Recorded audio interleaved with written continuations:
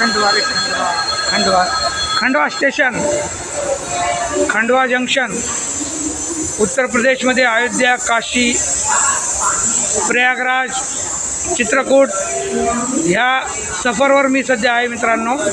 तुम्हाला सर्वांना मनपूर्वक नमस्कार. प्रत्येकाला जर्नीमध्ये आहे मी. मस्त झक्कास टूर माझा हा.